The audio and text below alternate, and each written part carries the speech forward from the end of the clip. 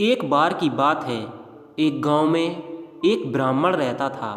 वह सुबह उठता, नहाता, पूजा करता, खाना खाता और फिर सो जाता था। उसके पास किसी भी चीज़ की कमी नहीं थी। एक बड़ा खेत, खाना पकाकर देने वाली एक सुंदर सी पत्नी और 2 बच्चों का परिवार था। सब कुछ होने के बाद भी ब्राह्मण के घरवाले एक बात से बहुत परेशान थे। वो बात यह थी कि ब्राह्मण बहुत आलसी था। वो कोई भी काम खुद नहीं करता था और दिन भर सोता रहता था। एक दिन बच्चों का शोर सुनकर ब्राह्मण जाग गया और उसने देखा कि उसके दरवाजे पर एक साधु महाराज आए हैं। ब्राह्मण और उसकी पत्नी ने साधु महाराज का स्वागत किया और उन्हें भोजन कराया। भोजन के बाद ब्राह्मण ने साधु की खूब सेवा की। साधु महाराज उनकी सेवा से बहुत प्रसन्न हुए और उन्हें वरदान मांगने को कहा। ब्राह्मण ने वरदान मांगा कि मुझे कोई भी काम ना करना पड़े और मेरी जगह कोई और मेरा काम कर दे। तब साधु उसे वरदान में एक जिन्न देते हैं और साथ में यह भी कहते हैं कि जिन्न को हमेशा व्यस्त रखना। अगर उसे काम नहीं दिया तो वो तुम्हें खा जाएगा।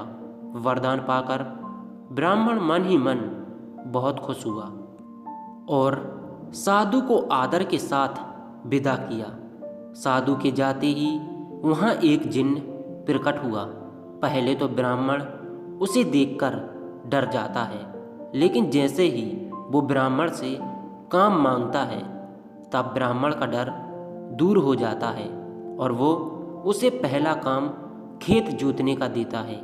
जिन्न वहाँ से गायब हो जाता है और ब्राह्मण की खुशी का ठिकाना नहीं रहता। कुछ ही देर में जिन्न फिर आ जाता है और बोलता है कि खेत जोत दिया, दूसरा काम दीजिए।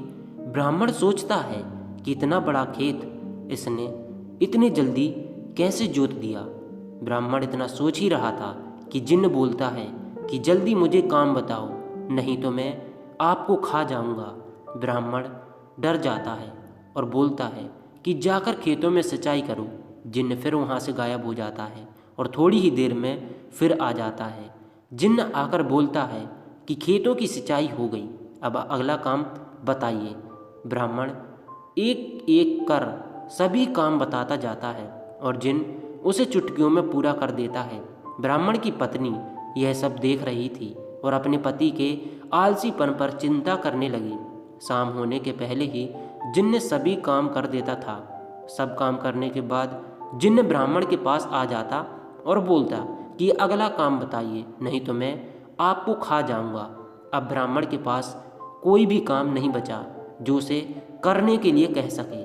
उसे चिंता होने लगी और वह बहुत डर जाता है। जब ब्राह्मण की पत्नी अपने पति को डरा हुआ देखती है तो अपने पति को इस संकट से निकालने के बारे में सोचने लगती है। वह ब्राह्मण से बोलती है कि स्वामी, अगर आप मुझे वचन देंगे कि आप कभी आलस नहीं करेंगे और अपने सभी काम खुद करेंगे तो मैं इस जिन्न को काम दे सकती हूँ। इस पर ब्राह्मण सोचता है कि पता नहीं यह क्या काम देगी। अपनी जान बचाने के लिए ब्राह्मण अपनी पत्नी को वचन दे देता है।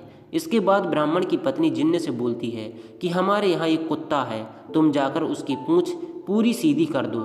याद रखना, उसकी पूंछ एकदम सीधी होनी चाहिए। जिन्न बोलता है कि अभी यह काम कर देता हूँ। यह बोलकर वह वहाँ से चला जाता है। लाख कोशिश के बाद भी वह कुत्ते की पूंछ सीधी नहीं कर पाता और हार मान लेता है। हारकर जिन्न ब्राह्मण के यहाँ से चला जाता है। उस दिन के बाद से ब्राह्मण अपने आलस को छोड़कर सभी काम करने लगता है और उसका परिवार खुशी खुशी रहने लगता है। कहानी से सीख, हमें कभी आलस नहीं करना चाहिए। आलस करने से हम मुसीबत में फंस जाते हैं, इसलिए हमें आलस छोड़कर अपना काम खुद ही करना चाहिए।